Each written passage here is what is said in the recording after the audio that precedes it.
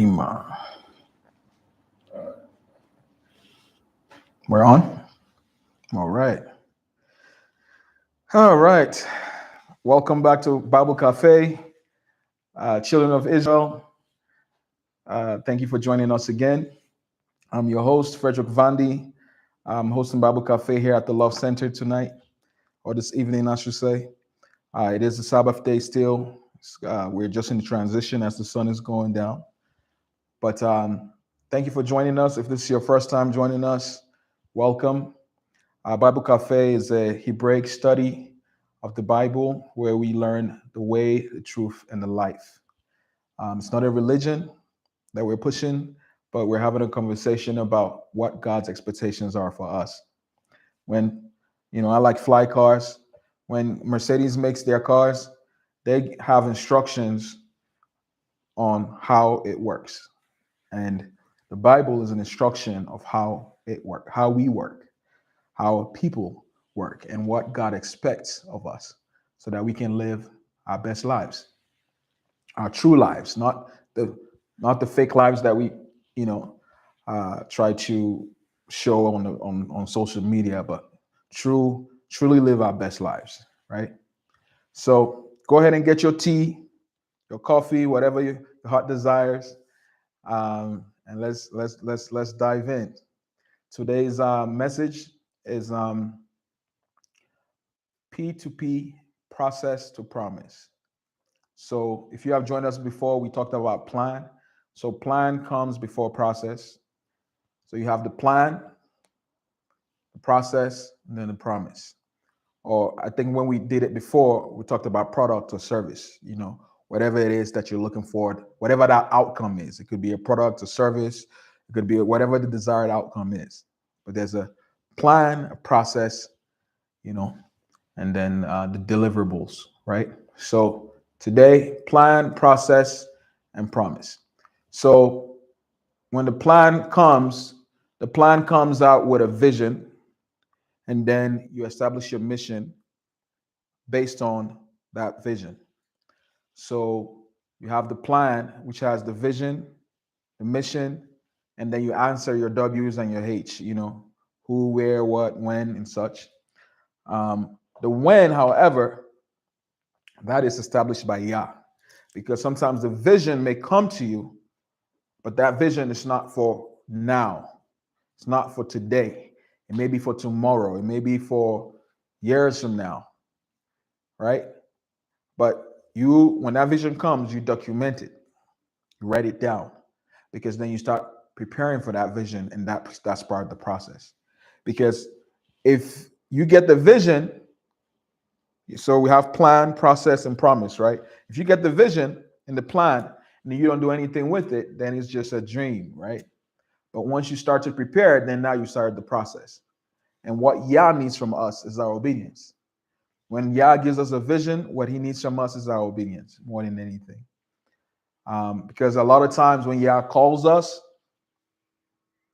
what happens is we tell Yah everything that we don't have, or all the reasons why we should not be called to do what Yah is asking us to do or calling us to do, right? So that could be, for example, when Moses was called, or Musa, we called him. When Musa was called, he gave an excuse to say, I don't have the speech to do what you're asking me to do, right? But stop focusing on what you don't have to accomplish what God wants you to do, and start focusing on what you do have. Because if you are faithful with what you have, then God will increase what you have so you can do more with it, right? So, our Bible study today, process to promise, of course, is going to take us to Abraham. Abraham, and in my culture, it's called Ibrahima. And short, actually, my middle name is Brahima. Short, sometimes we say Brahima. And there are different versions of Abraham, Ibrahima, Brahima, and I'm sure there's more more versions of Abraham out there. But as we dive in, this is a good time to get your cup. If you bring your cup, don't pour no wine in it. This is not a communion time. I always remind people that it's only coffee, tea, or water, or something that your heart desires in a cafe, right? Get some juice if you like, right? But we're going to dive into the word, and we're going to learn. We're going to learn what Yah wants to share with us today. So Abraham is our main topic today, and we're going to see how God calls him, how God gives him a promise, and then has a covenant, and how that covenant followed the children of Abraham, including the Ishmaelites, the Israelites, the Edomites, and all the ites out there that come from Abraham, right? Okay, so let's dive right in. Let's start out with the calling, Genesis 12. Siri, please pull up Genesis 12.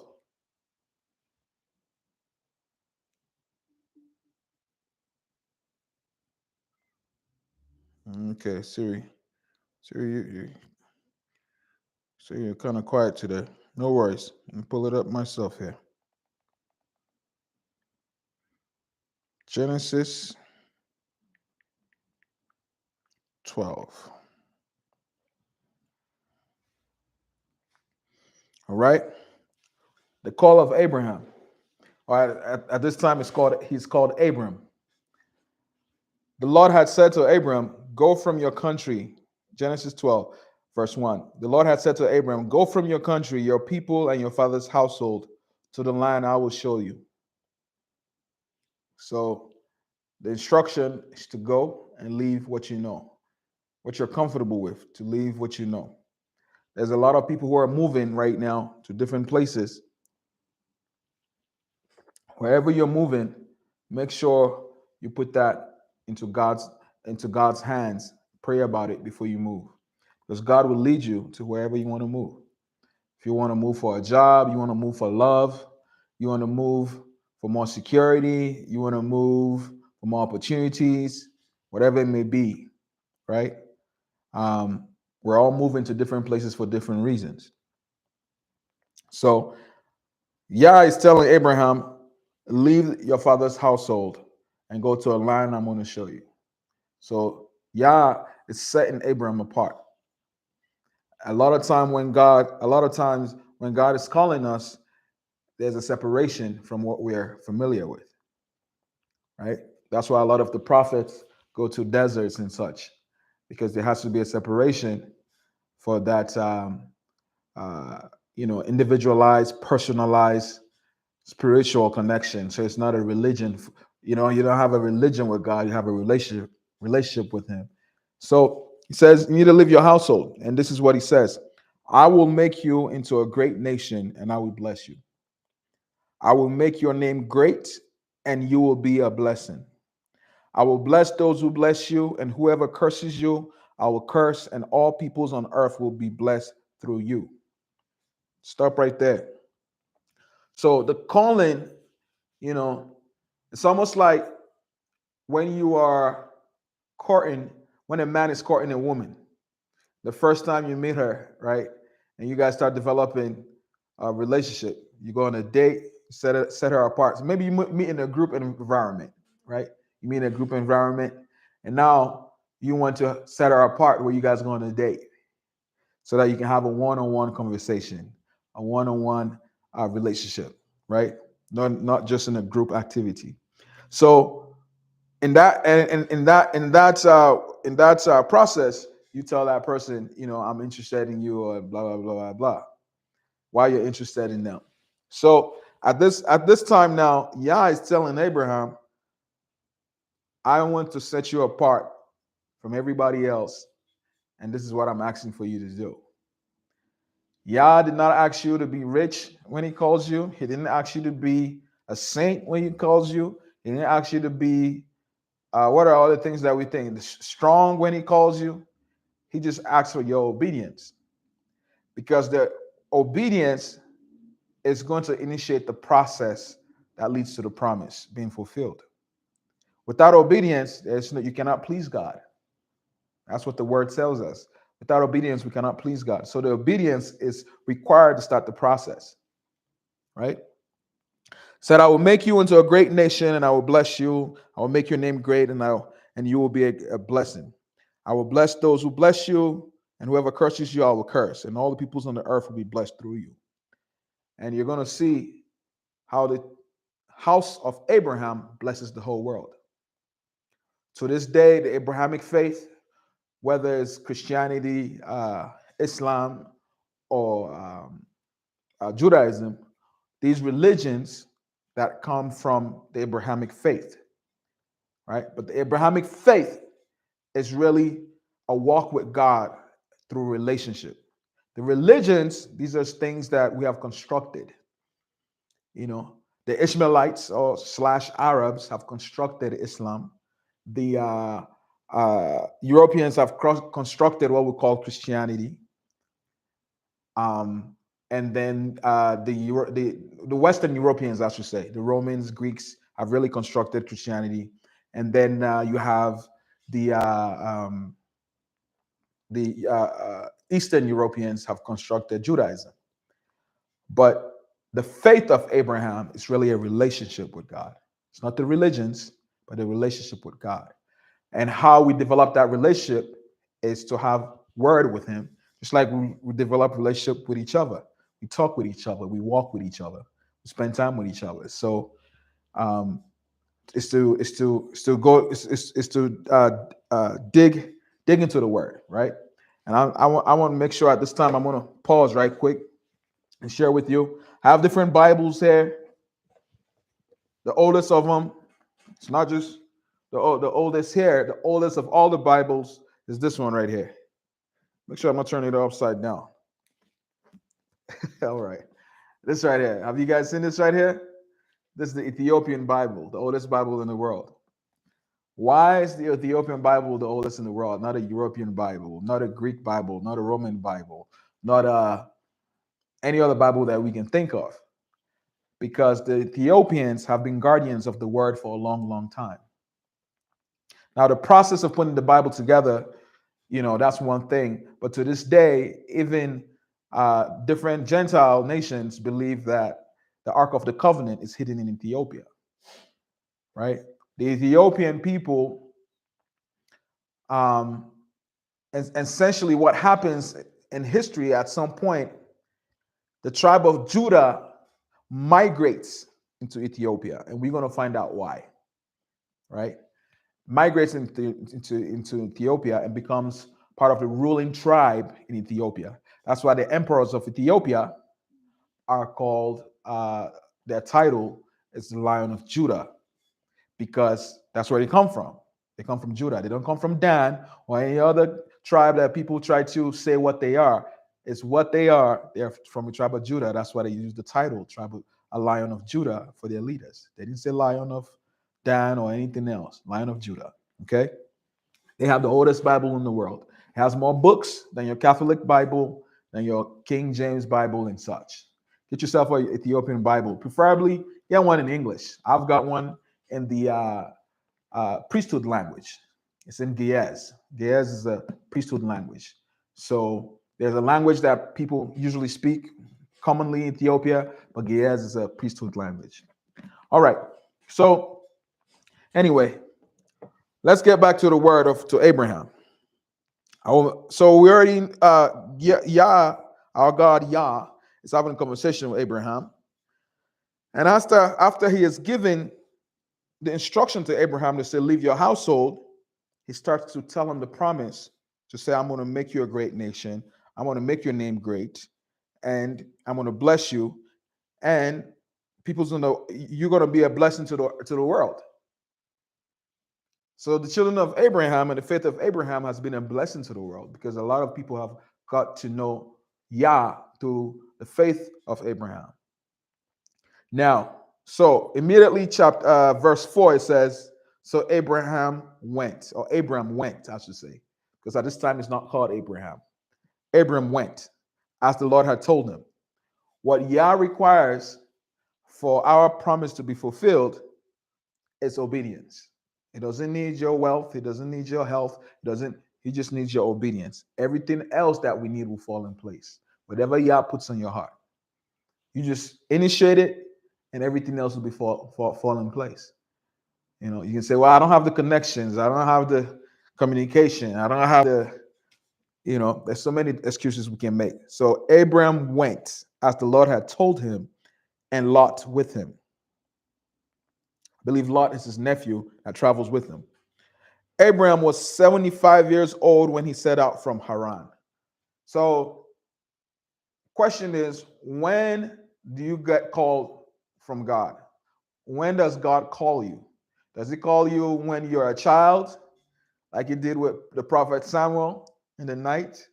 Or does he call you when you're 75? God is always, speaking to man in dreams and through our books. He's always speaking with us. But there's a time that he gives us a call to do something specific for his kingdom on earth, right? So he gets this calling at 75. So if you think I'm too old or I've passed the mark for God to use me, he gets the calling at 75. So look at your time and look at when has God given you a calling. And you know when God calls you because he puts it on your heart. It follows you wherever you go. So it says, so Abram went. He gets the calling and he goes. He follows the obedience. Abram was 75 years old when he set out from Haran. He took his wife Sarai, his nephew Lot, all the possessions they had accumulated, and the people they had acquired in Haran. And they set out for the land of Canaan, and they arrived there. So now he's living his land, and he's going towards the land of Canaan. Got to Canaan, Abraham traveled through the land as far as the site of the great tree of Moreh at Shechem. At that time, the Canaanites were in the land. The Lord appeared to Abraham and said, "To your offspring I will give this land." So he built an altar there to the Lord who had appeared to him. So at this time, our God is having conversations with Abraham and appearing to him, right? And giving him instructions of what to do because he's preparing to do something in the earth through Abraham and his offspring, his children. So when he goes to the land of Canaan, where Yah leads him, there are people living there. Now, you have to understand, that's why it's good for you to get the Ethiopian Bible, because it tells you the full story. After the sons of Noah got off the ark, when the waters, subsided, in order for them to determine where they were going to go, they threw lots to determine where they were going to go. So the Japhethites, the Europeans, and the Northerners, as we say, all the way to Russia, they're all Japhethites. When they took the lot, it led them to go north. And then when Shem took the lot, it led him to stay around what we call Asia right now, right? And then when Ham took the lot, he got what we call more of like the southern hemisphere. So you got the northern hemisphere, the middle hemisphere, and then the southern hemisphere. So the middle hemisphere is mostly for Shem, and then the northern hemisphere is for Japheth, and then Ham has like the southern hemisphere. Now, what happens is Canaan refuses to leave he refuses. Canaan is the son of Ham. He refuses to give up the land that is allotted to Shem. He stays in the land of Shem instead of moving down to the land of Ham, where he comes from, because Canaan is the son of Ham, right? So what happens now is so when they did lots, they prayed on it. So it's not like when you're just throwing dice and gambling for how rich you're gonna get. They prayed on this. They make a decision and they make vows on it with Yah. And Yah is going to hold you accountable to your vows. That's why you guys got to stop saying, I swear to God. Stop swearing to God, because Yah is going to hold you accountable to it. Right?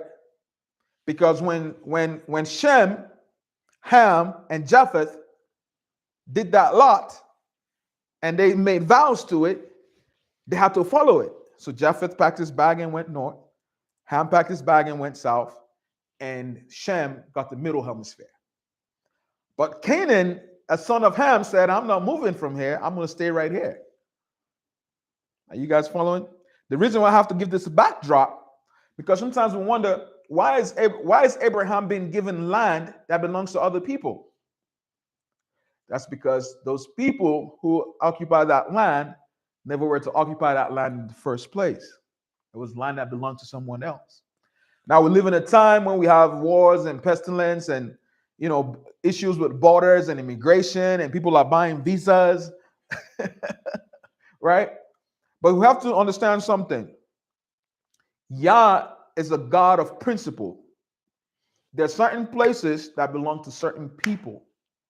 And if you want it, you got to go pay for it. You got to pay your dues to get it. You can't just go take it. Because when you take it, whoever occupies it, your children's children are going to have to pay for it. They're going to have to pay for it sooner or later. And hopefully not with their lives. So if you want something, pay for it. Don't go connive and try to get it, because Yah is seeing it. Other people might not know, but Yah knows. Right?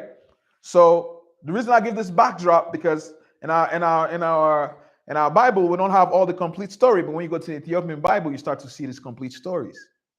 That prior to Abraham going to Canaan, the land of Canaan, Canaan's land was never supposed to be in the Shem's region. It was supposed to be in Ham's region, right? And the sons of Ham were the first greatest men on the earth. To this day we study Egypt. Those are Hamites, right? We study how great they are in chemistry and in the sciences and astronomy, in their architecture. We're still trying to figure out how they built their architecture to this day. So these guys are really, really great. But one of them, Canaan, went and occupied some places not supposed to. All right.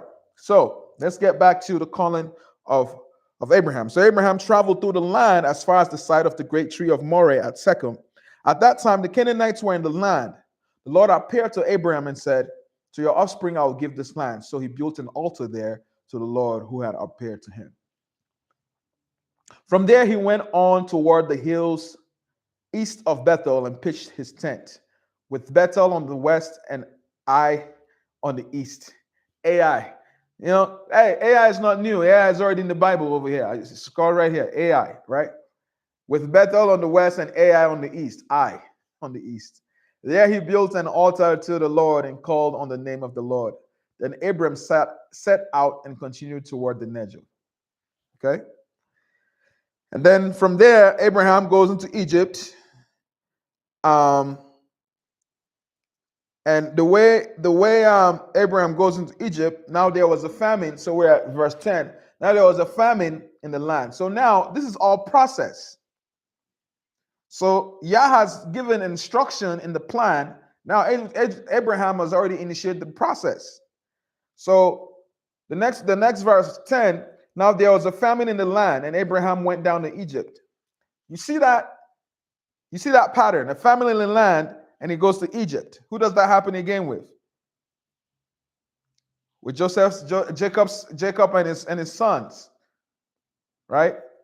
After there was a famine, they went down to Egypt, and that's how they reunited with Joseph.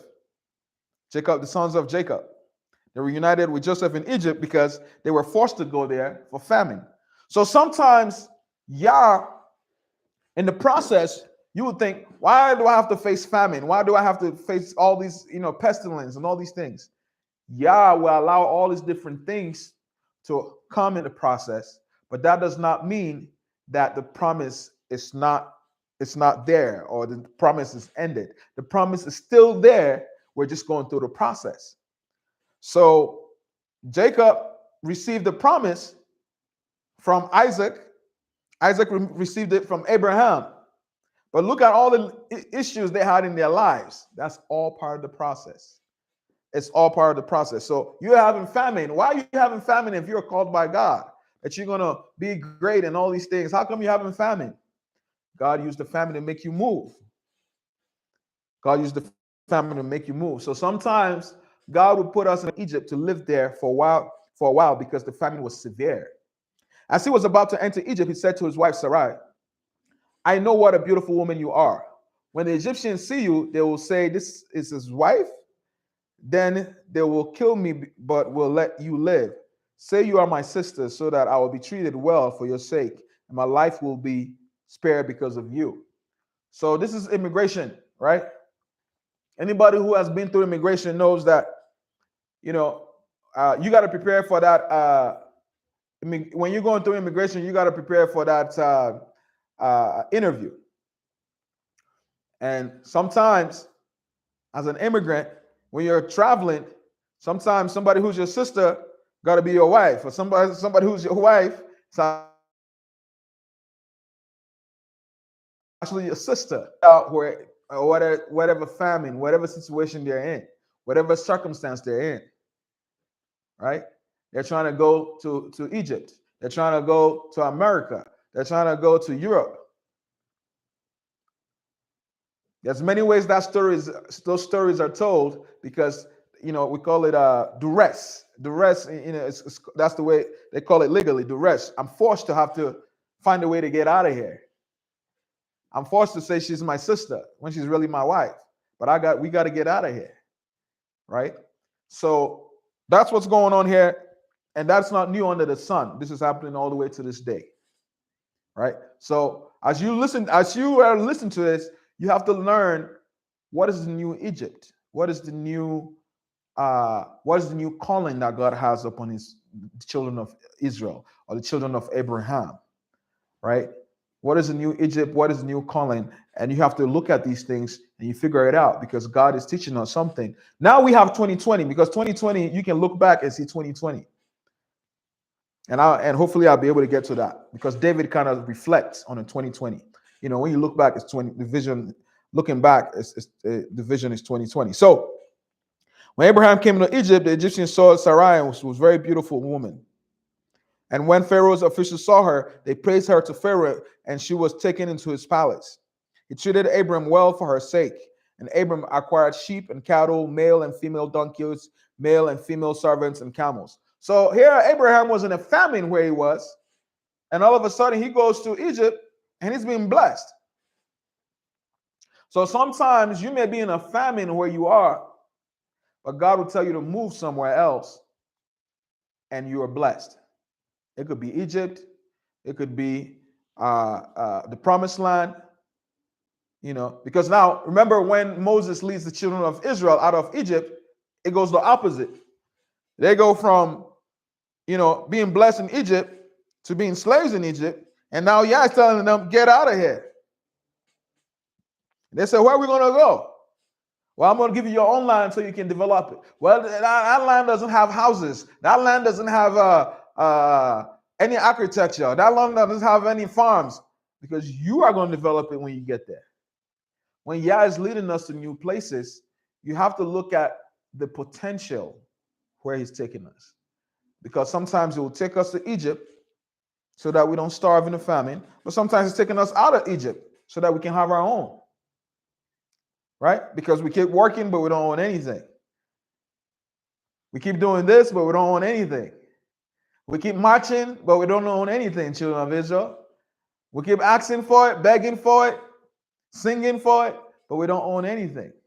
And then if you try to have anything, they come and destroy it. So after a while, Yah may say, it's time for you to get out of here so I can bless you in another land. Because what the Gentiles don't realize is their land is being blessed when we are there even more. Wherever this, because remember, the promise to Abraham is he will bless the earth through Abraham.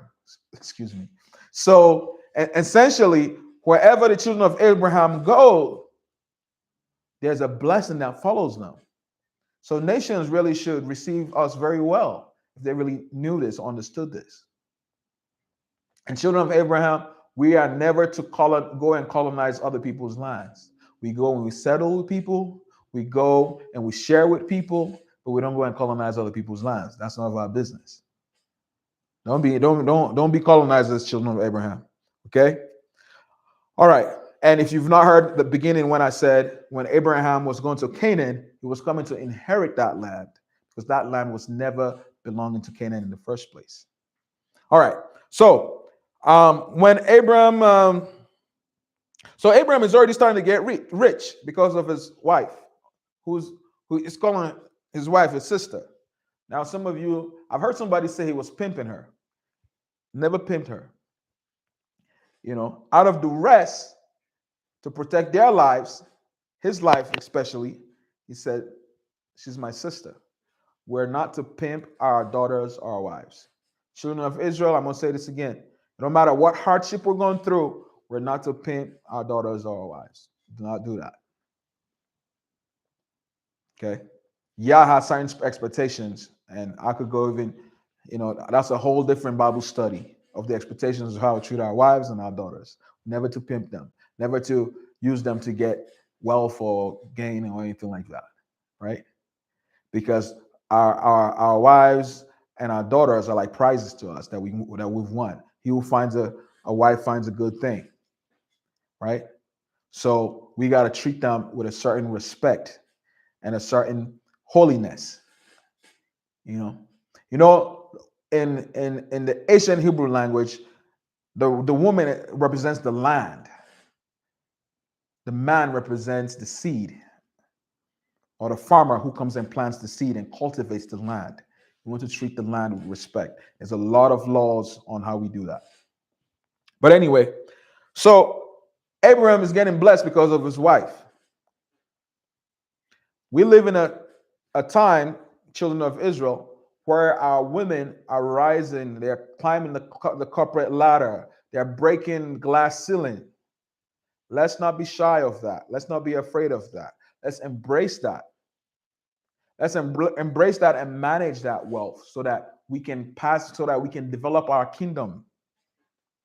This baby mama and baby daddy, that's not Hebrew. That's not from Yah. Yah set up, and we're going to go into Abraham's covenant, set up a nation by Abraham so that we can walk to a certain standard, so that if the Gentiles, the rest of the nations get lost, we will be an example of how we're supposed to walk with God. Not baby mamas, not baby daddies. Right? So we need to get wife and children. We need to get wife and children. Some of us may not have children, or some of us, like Abraham, may not have children until later on. But whatever the case, God has created a formula for us. And that formula is what we need to follow. It doesn't need to be Abraham and another man. It needs to be Abraham and another woman.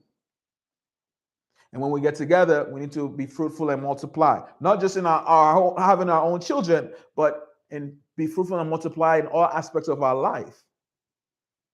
Of our lives, and our finances, and our education, in our community, in our experiences. Be fruitful and multiply. That's what Yah has instructed, our parents, for all human beings. Adam and Hawa were instructed to be fruitful and multiply. So now Abraham has initiated it, and he's already starting to see, when you start the business and you start to see a little bit of profit, or you see cash flow coming in. He's starting to see some cash flow coming in. He got sheep, cattle, male and female donkeys, male and female servants, and camels. Boy, you balling. You balling, Abraham. You balling, man. Yeah. So, children of Israel, I know you like balling. You got to learn from the real ballers, man. You know what I'm saying? Don't go against Yah to try to ball. Yah wants you to ball. Yah wants you to have a ball. But he has certain ways that he wants you to do it. He doesn't want you to go against him, destroying other people for it, or destroying yourself for it. Trying to do all the things to hang out with Diddy.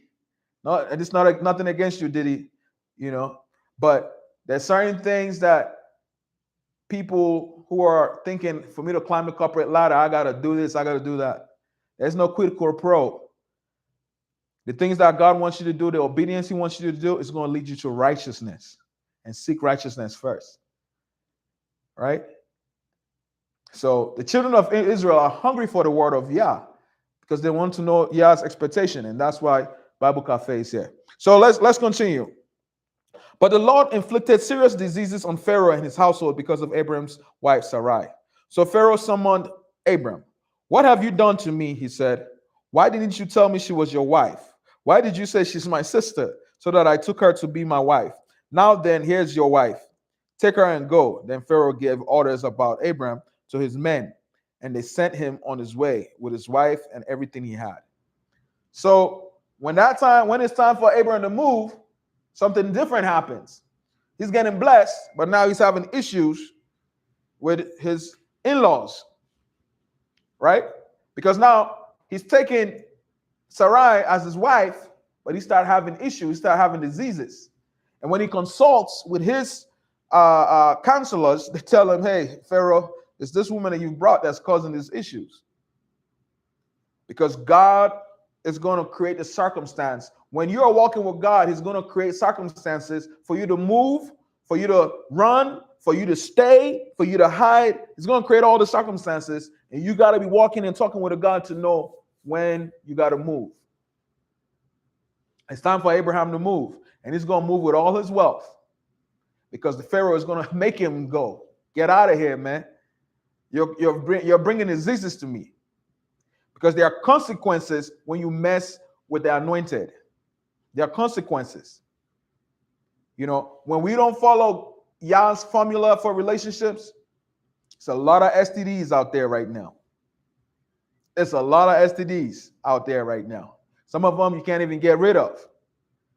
So when you don't follow Yah's formula, you're going to end up with consequences. You don't mess with Yah's anointed. So he took Sarai as his wife, but of course it was not consummated, right? But once he started having diseases, he's like, this woman I've brought in is bringing issues in my life. She needs to go. It's time to go. All right, so that's what happens in the calling. So this is just the calling, right? So we've looked at the calling. Now I want to skip to the promise. Because in the calling, there's a promise in it, but now I really want to showcase what the promise is. Because Yah showcased it. So we look at chapter 12. Let's skip to chapter 15. Genesis chapter 15. Let's look at the promise.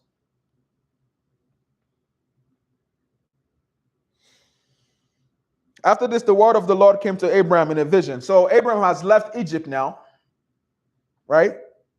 And it says here, he got a word in a vision. A lot of us get words and visions, but we don't write it or pay attention to it. Do not be afraid, Abraham. I'm your shield, your very great reward. I'm going to tell you something, guys. One of the major things that keeps us from the promise of God is fear.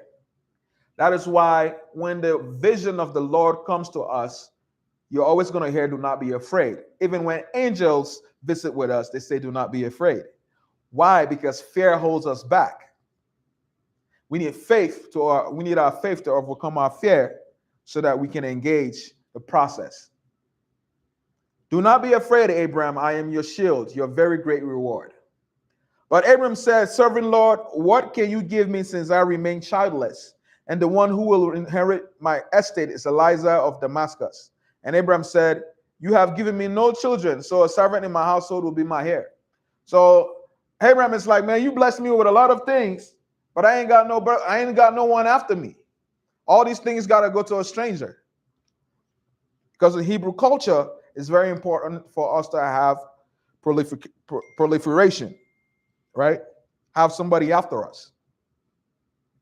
Now, that doesn't mean that we all have to have it, because there's certain people who don't.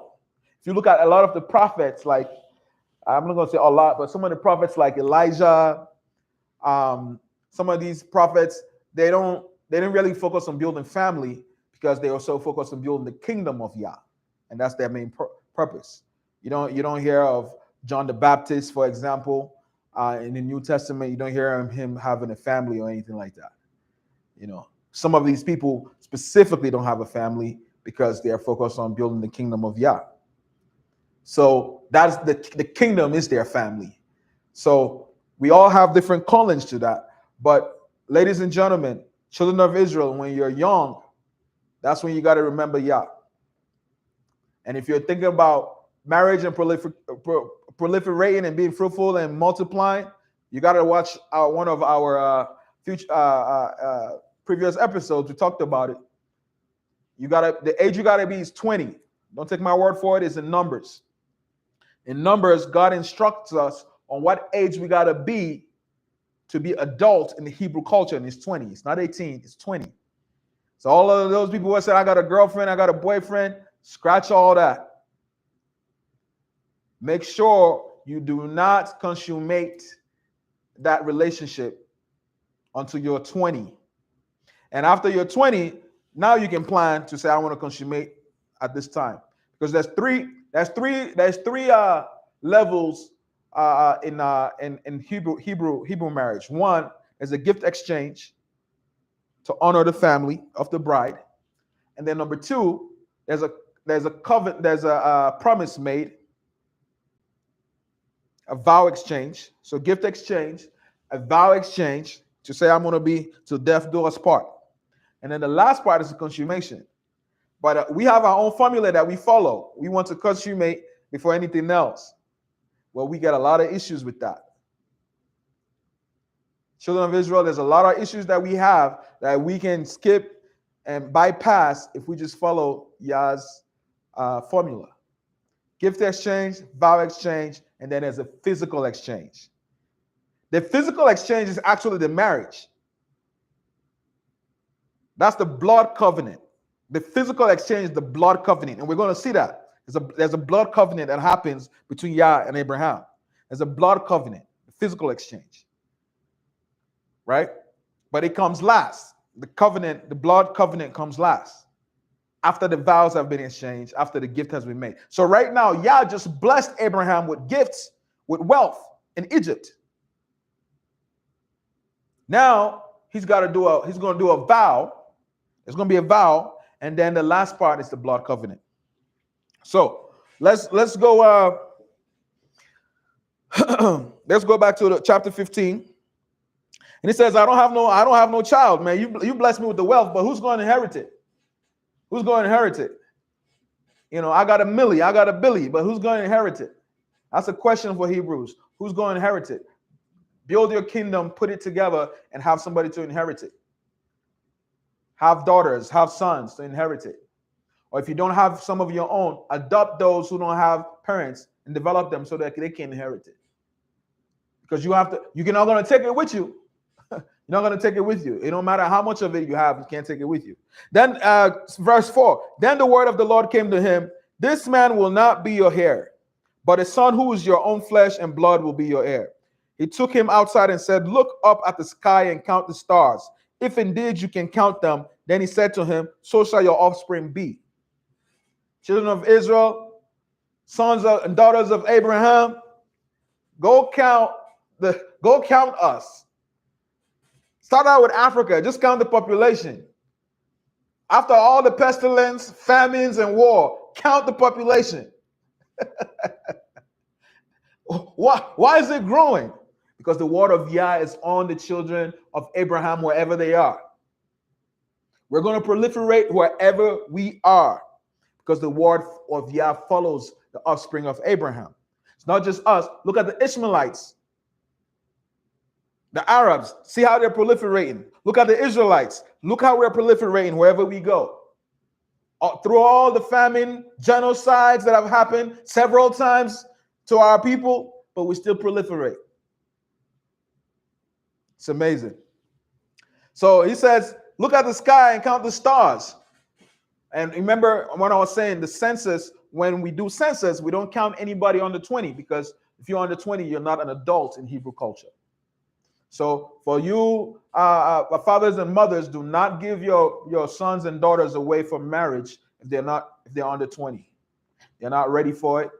You know, tell your daughter that mango is not ripe, and tell your son that the banana is not ripe. All the fruit has to be ripe for it to be good, right? So let it ripe.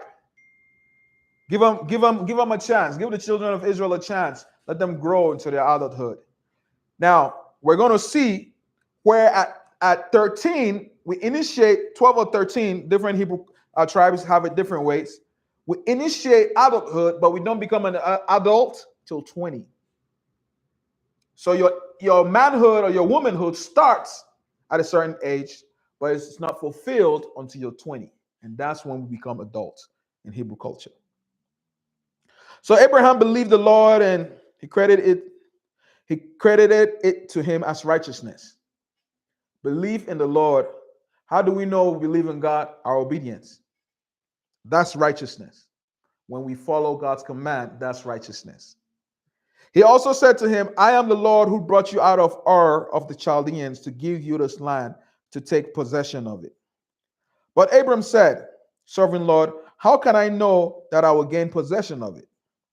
So the Lord said to him, Bring me a heifer, a goat, and a ram, each 3 years old, along with a dove and a young pigeon. Abram brought all these to him, cut them in two, and arranged the halves opposite each other. The birds, however, he did not cut in half. The birds of prey came down on the carcasses, but Abraham drove them away. So Abraham is getting ready to do a sacrifice. He says, Then birds of prey came down on the carcasses, but Abraham drove them away. When your sacrifice is your work. Remember Cain and Abel, when it came to sacrifice, they came with what they had produced from their process. One came with, lamb, and one came with vegetables from the farm. But you bring your best. You bring your best to Yah. That's your sacrifice. It's your work. So we got to think about work differently. Our work is our sacrifice. As the sun was setting, Abraham fell into a deep sleep, and a thick and dreadful darkness came over him. Then the Lord said to him, Know for certain that for 400 years your descendants will be strangers in a country not their own, and that they will be enslaved and mistreated there. But I will punish the nation they serve as slaves, and afterward they will come out with great possessions. So now Yah, this is the promise now. Yah is telling him what's going to come in the future. That I'm going to take you in a place, strangers in a country not their own. Children of Israel, there are countries and land that is not our own. You have to understand that. When you're a stranger in a country, you have to understand that you're a stranger in that country. Doesn't matter how long you're there, 400 years or not, you're still a stranger in that country. There are certain lands that belong to us, that we have bought, that we have earned, and certain lands that are not ours. There are certain lands that are shared with us. But you have to honor those people because God is a God of principle. You understand? So it says, but I will punish the nation that serves, the nation they serve as slaves, and afterward they will come out with great possession. God is, it said, vengeance is mine. That's what Yah says. Vengeance is mine, says the Lord. Everything that we do has a consequence and a reward. So if you are being enslaved or mistreated, there's a consequence to the one who's enslaving you and mistreating you. Whether it's today or tomorrow, that consequence, as a matter of fact, the longer it takes, the bigger the consequence. You see that in Egypt. It took a long time, but the consequence was grave. It was very grave. And we'll cover that more during Passover. So it says, you, however, will go to your ancestors in peace and be buried at a good old age. In the 4th generation, your descendants will come back here, for the sin of the Amorites has not yet reached its full measure. So God has a grace period for everyone.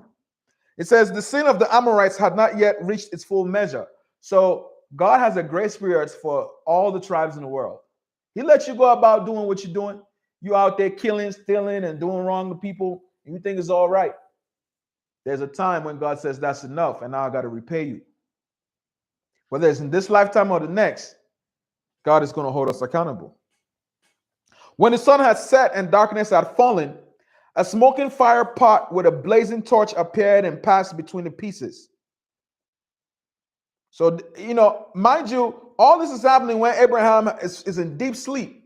There's something about a deep sleep when Yah visits us. Why? Because if we are fully awake and we met with Yah, it may overwhelm us. So sometimes a deep sleep is where visions are revealed to us. When the sun has set and darkness has fallen, a smoking fire pot with a blazing torch appeared and passed between the pieces. On that day, the Lord made a covenant with Abraham and said, to your descendants, so this is now the vow. To your descendants, I give this land from the Wadi, which is the Nile, the Wadi of Egypt, to the great river, the Euphrates. The land of the Canaanites, Kenizzites, Cadmonites, Hittites, Perizzites, Rephaites, Amorites, Canaanites, Girgashites, and Jebusites. Okay, so a lot of different tribes. What people usually refer to as the land of Canaan. But this promise is from the Nile to the Euphrates. I'm just going to mention some countries in the Nile of modern day countries, because this is not ancient. This is not the Asian country. The Asian countries were much bigger. Egypt, Sudan, Ethiopia, Somalia, Kenya, Uganda, all the way to Tanzania. These are the countries that the Nile goes through, or are east of the Nile in Africa. And then it goes now to the Arabia, right before the Euphrates. You have Syria, Iraq, Saudi Arabia, and then it goes all the way to Turkey. These are the lands in what they call the Middle East now. This from the Euphrates, Turkey, Syria, Iraq, Saudi Arabia, Oman, Yemen. All these are the land for the children of Abraham. Egypt, Sudan, Ethiopia, Somalia, Kenya, Uganda, all the way to Tanzania. So, to this day, the Arabs or the Ishmaelites still occupy their lands. If you go to Saudi Arabia, it's probably occupied by Arabs to this day, right? So the Ishmaelites who come from Abraham still occupy their lands, but the Israelites no longer occupy their land. So a lot of the Israelites that lived in what used to be ancient Israel, the land of Canaan, what did they do? They migrated. They were scattered across the earth to the four corners. And a lot of them went south into the promised land. So they're still in Egypt, they're still in Sudan, they're still in Ethiopia, Somalia, and all these places. How do I know? Because of the covenant, and we're going to see that later. So there's a vow, and then there's a blood covenant. The blood covenant shows you who the sons and daughters of Abraham are. The blood covenant shows you who the sons and daughters of Abraham are. Because when we go over the blood covenant, it's going to make it plain for you to see who they are. Right? They're scattered about, but there are certain things that follows them. Certain prophecies and certain covenants still follows them. Okay? All right. So now we've covered the calling, and now we've talked about the promise, the covenant, and now we're going to go to the blood covenant. That's the last part, right? All right. For the blood covenant, we're going to go to Genesis 17. Skip to 17. Children of Israel, if you want to read through everything, all those chapters from Genesis 12 to 17, go ahead so you can get the fullness of the whole story. But we're skipping so that we can keep this within a certain amount of time, right? All right. The covenant of circumcision, chapter 17. All right. When Abram was 99 years old, the Lord appeared to him and said, I am God Almighty. Walk before me faithfully and be blameless. So remember, when Abraham was called, he was what? 75. So he has been having visitations with Yah all this time. And Yah is directing him. Go left, go right, stay here, move over there. Right? Walk before me faithfully and be blameless. Then, so now this conversation is happening when he's 99 years old.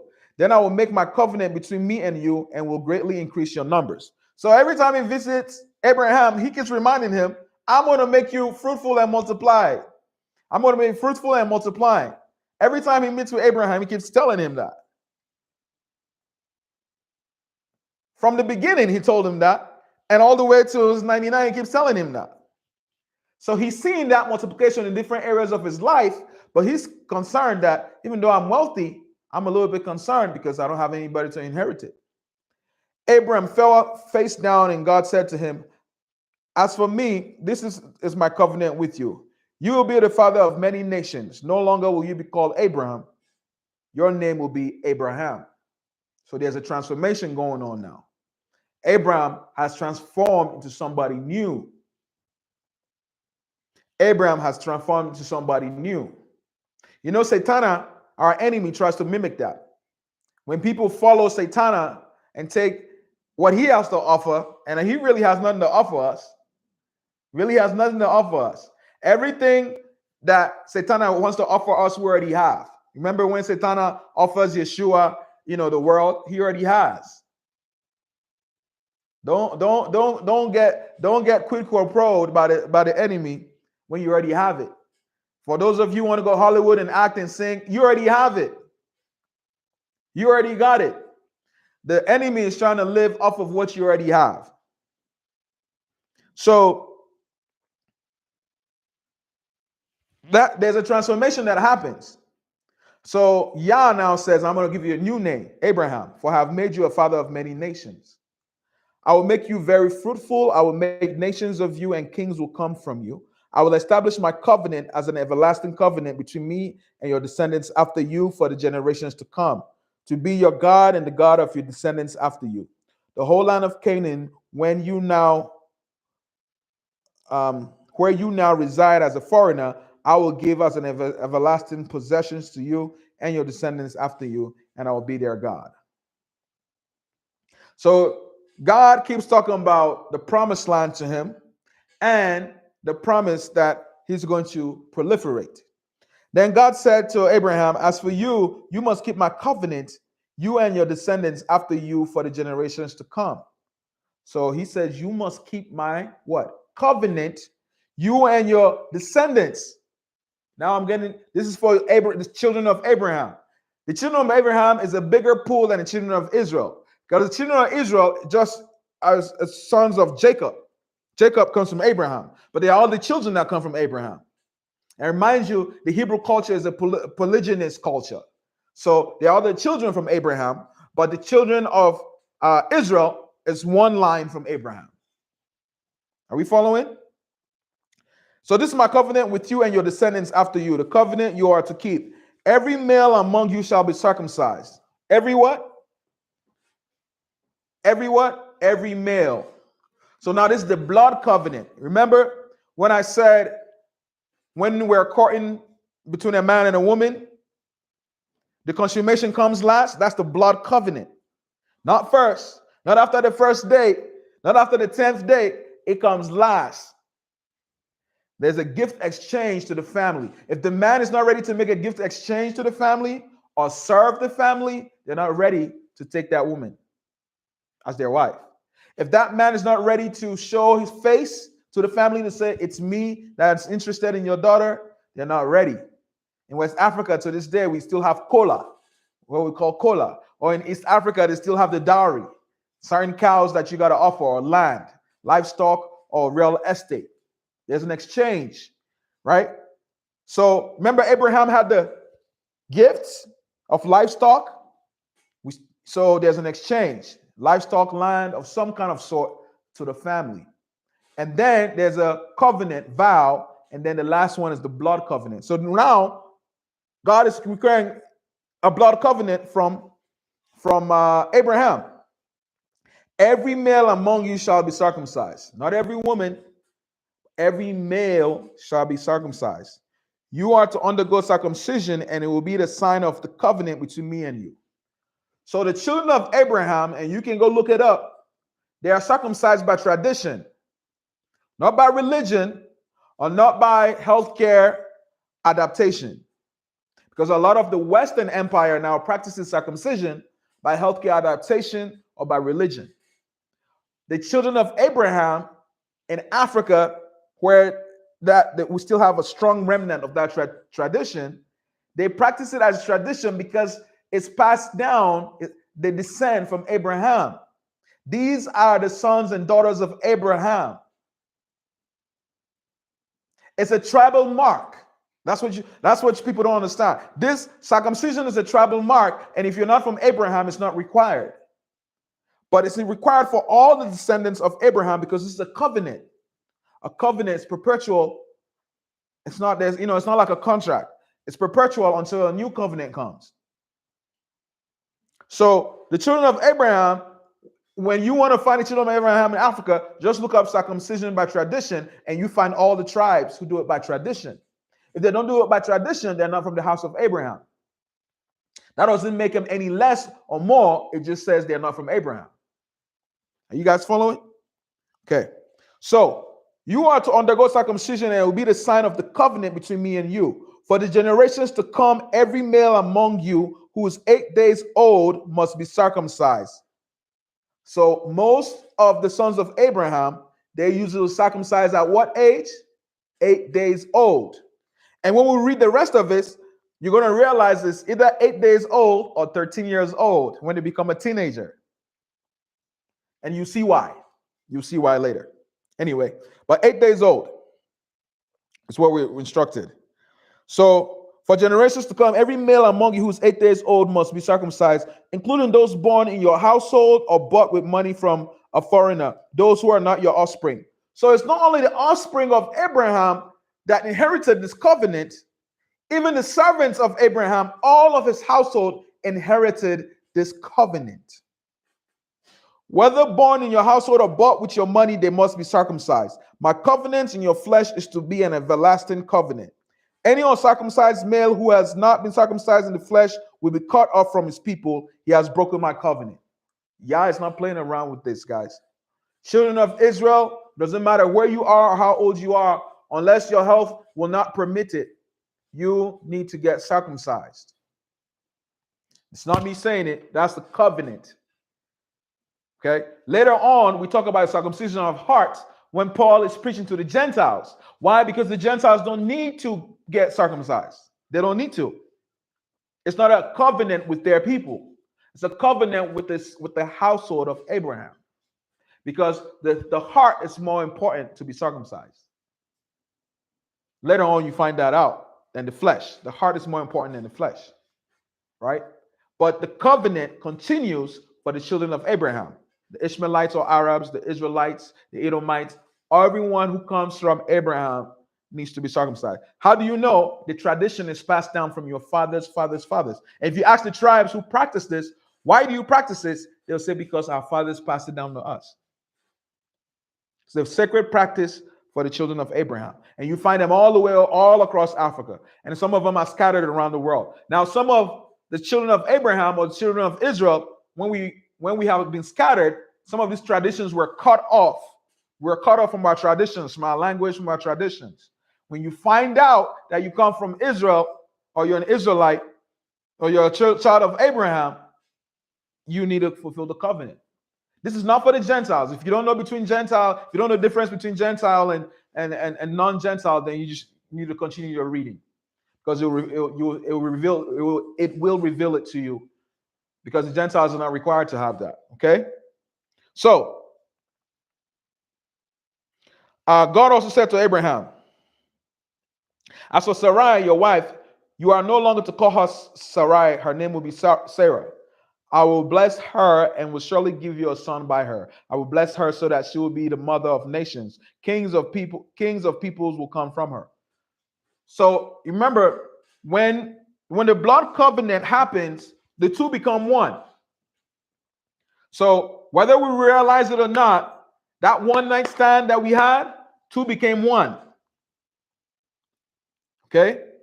So when there's a transformation in Abraham, there's a transformation happening in who? In his spouse as well, because the two has become one. So there's a name change for Abram to Abraham, and Sarai to Sarah. Because you start to have spiritual ties, soul ties. You starting to see this? This is not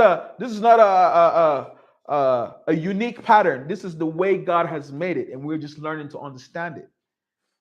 You know, when you have a soul tie, why do you have a soul tie to somebody? You went to a blood covenant when you were not supposed to. Because the word, the verbal covenant, the vows must happen first before the blood covenant. All right. So when Abraham is told of what's going to come out of Sarah, kings will come out of her, Abraham fell face down. He laughed and said to himself, will a son be born to a man 100 years old? Because he's 99 when he's having this conversation. Will Sarah be a child at the age of 90? So he's 9 years old and 9 years older than Sarah. And Abraham said to God, if only Ishmael might live under your blessing. So Abraham at this time has a son named Ishmael with a different woman. So he's thinking, you know what I'm saying? Ishmael will inherit this. Well, Yah is saying, no, not your concubine, but the first wife that you have, I am going to bless her, and she's going to have a child that will inherit this. Right? Right? So these are not baby mamas, baby daddies. These are covenants. And that's what Yah wants for us, covenants. Because when we have covenant relationships, that's how we're going to develop kingdoms. Covenant relationships. Then God said, yes, but your wife Sarah will bear you a son, and you will call him Isaac. We say Ishaka. I will establish my covenant with him as an everlasting covenant for his descendants after him. And as for Ishmael, I have heard you. I will surely bless him. I will make him fruitful and will greatly increase his numbers. So God is not partial to anyone. It's his principles that his word is what he's going to keep. So he's saying, I'm going to bless Ishmael. I'm going to bless him. That's your son. Look at the Ishmaelites, the Arabs. Go to Dubai. Go to the wealth in Dubai. They're blessed. They're blessed, and they're Ishmael. Ishmael is blessed, right? Fruitful and be well, greatly increases numbers. He will be the father of 12 rulers, and I will make him into a great nation. But my covenant I will establish with Isaac. The covenant will continue with Isaac. So there's going to be a continuum. My covenant will continue through Isaac, Ishaka, whom Sarah will bear to you by this time next year. When he had finished speaking with Abraham, God went up from him. So now Abraham is called Abraham. On that very day, Abraham took his son Ishmael and all those born in his household or bought with his money, every male in his household, and circumcised them as God told them. What does God want from us when he calls us? Obedience. So you to go from plan, process, and promise, the process will not go anywhere without obedience. The plan is not going anywhere without obedience. You need to move on it. Remember when he said, Abraham, you need to move? And Abraham moved from his village. He says, I need a blood covenant, and he did a blood covenant.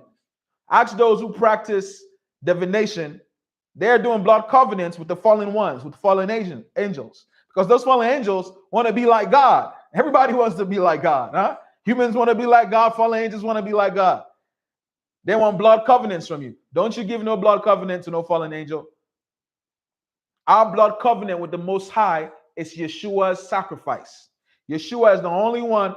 We have many messiahs. Moses was a messiah. Joseph was a messiah. But the only Messiah that saves us with a blood covenant, that saves us from our sin, is Yeshua. So, none of the prophets do that. None of the prophets can do that. Okay. So on that very day, Abraham took his son Ishmael and all those born in his household and circumcised them as God told him. There ain't no procrastinating on it. Once you got the order, fulfill it as soon as possible. Abraham was 99 years old when he got circumcised. So some of you say, "Oh, when I find out I'm a child of Israel, I didn't know that I was supposed to have the covenant. But I'm too old for it." Unless your health does not permit it. All right? If your health permits it, you need to do it. These are for the children of Abraham. That includes the Ishmaelites who are probably fasting right now. God bless all the Ishmaelites out there fasting. Right? And the Israelites. We're supposed to have that covenant. And all the other ites that come from Abraham. And you should know it because that tradition was already passed down to you from your father. On that day, so Abraham was 99 years old when he was circumcised, and his son Ishmael was 13. Remember when I said 13, you come of age? So we're supposed to do it at 8 years of old, 8 years of old, 8 years of age. I'm sorry, 8 days of age. So everybody 8 days old, every male is supposed to get the cut. Supposed to do the blood covenant, which is circumcision. Now, there are some times when it happens for Abraham at 99, so he's never too old, or at 13, because that's when Ishmael got it. So a lot of Hebrew tribes in Africa, they do it at teenage, when you become a teenager at 13, because then you start your manhood or your womanhood. But this blood covenant is only for males. Only for males. The women don't need it. According to Yah, that's not my word. According to Yah, the women don't need it. It's the males that need it. So whether it happens at 8 days old, or when you become of age to become a man, your manhood begins at 13 or 12 for some, about then, but it's not completed till you're 20. I keep saying that because there are certain things that children don't need to participate in because they have to go through the process of becoming an adult. You can start your adulthood, your manhood or your womanhood, but it's not complete till you're 20. And they have to be allowed to complete the process. So Abraham and his son Ishmael were both circumcised on that very day. And every male in Abraham's household, including those born in his household or bought from a foreigner, was circumcised with him. So we went from the calling of Abraham, then we went to the promise of Abraham, and now we have the covenant, the blood covenant. So the first covenant was when we look at the land that Yah promised to Abraham, and then the second is the blood covenant. The last one is the blood covenant. So from process to promise, what you see is obedience. Obedience is what leads to the promise. So later on, of course, I'm going to see how much time we have left. Are we at the hour mark yet or past?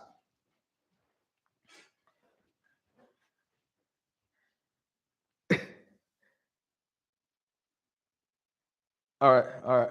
So we're over? Okay, cool. Well, I'm going to stop it there so that we don't go anymore because I was going to have you guys read Psalm 105 with David, reflecting on the Israelites. And he talks about Abraham, Joseph, and all these people all the way to him. Because now the vision is 2020. But you go read that for yourself, Psalm 105. Okay? Because now you're going to reflect on all these things that have happened and what leads to our nation being built for the Israelites when David was a king. So it's very important for us to reflect, especially that we're getting ready for Passover, to reflect upon what has occurred to our people, wherever we are, in the Americas, in Africa, in Europe. Reflect on what has happened is very important for us to reflect and be thankful for what God has seen us through, because it's seen us through our difficulties. It's seen us through adversity with our adversaries, right? So we're going to end it there. Thank you for joining us today, Bible Caffe. Hopefully today you get a better sound because we actually invested in that so you guys can have a better sound. And we're working to develop this a little bit more. We want to get some feedback from you guys. Is there a subject you'd like to hear about for us to discuss? Based on our principle is to dig the word for us to learn the way, the truth, and the life. Let us know. Give us some feedback. We're looking forward to hearing from you. With that said, everybody be blessed. Cheers. And thank you for your time.